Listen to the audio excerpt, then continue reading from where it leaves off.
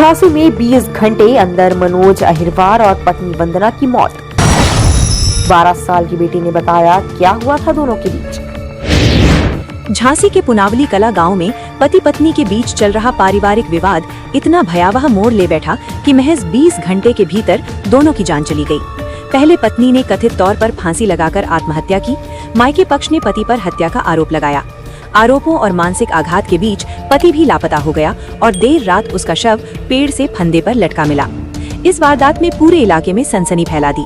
पति पत्नी की मौत के बाद 3 बच्चों के सिर से माता पिता का साया उठ गया है। 38 साल का मनोज अहिरवार अपनी 35 वर्षीय पत्नी वंदना और 3 बच्चों के साथ रहता था। परिजनों के मुताबिक दंपति पिछले कुछ महीनों से पुणे में रहकर मजदूरी कर रहे थे। लगभग 20 दिन पहले मनोज ने पत्नी को किसी व्यक्ति से फोन पर बात करते देख लिया था, जिसके बाद दोनों के बीच विवाद शुरू हो गया। बताया जा रहा है कि इसी विवाद के चलते वे लोग झांसी लौट आए। परिजनों का ये भी कहना है कि घर लौटते समय वंदना ने ट्रेन से कूदकर आत्महत्या करने की कोशिश की थी, लेकिन उस समय मनोज ने उसे बचा लिया था। हालांकि झांसी आने के बाद भी दोनों के बीच तनाव कम नहीं हुआ। मृतक दंपति के 12 साल के बेटे देवांश ने बताया कि पिता ने मां को किसी अन्य व्यक्ति से फोन पर बात करते देख लिया था, जिसके बाद अक्सर झगड़े होते थे। घटना वाले दिन भी इसी बात पर विवाद हुआ।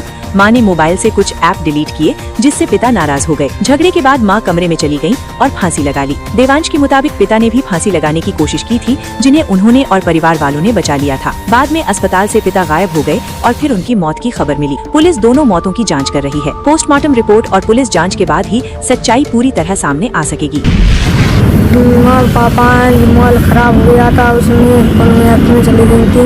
फिर पापा ने उनको मारा, उनके साथ प्यार जो किया, दोनों डोर लगा के भी अंदर में घुस गई और फिर हम चिल्लाते रहे कि मम्मी खोलो खोलो खोलो, ये खोली नहीं है। सो हम घबरा गए। फिर हमने दीवार तोड़ के फिर हम अंदर घुसे। उनकी लड़ाई हुई थी जो कुछ आंधी से बात कर रहे हैं। उसी बात को लेकर झगड़ा चलता था। उसी बात पर झगड़ा चलता रहा। किसी दूसरे से बात करने को लेकर झगड़ा होता था। झगड़े की जी वजह थी कि किसी से बात करनी। पापा मना करते थे। पापा मना करते। कौन बात करता है? मम्मी। उसको आत्महत्या कर और ने मार दिया। किसने? मनोज ने। कौन है मनोज?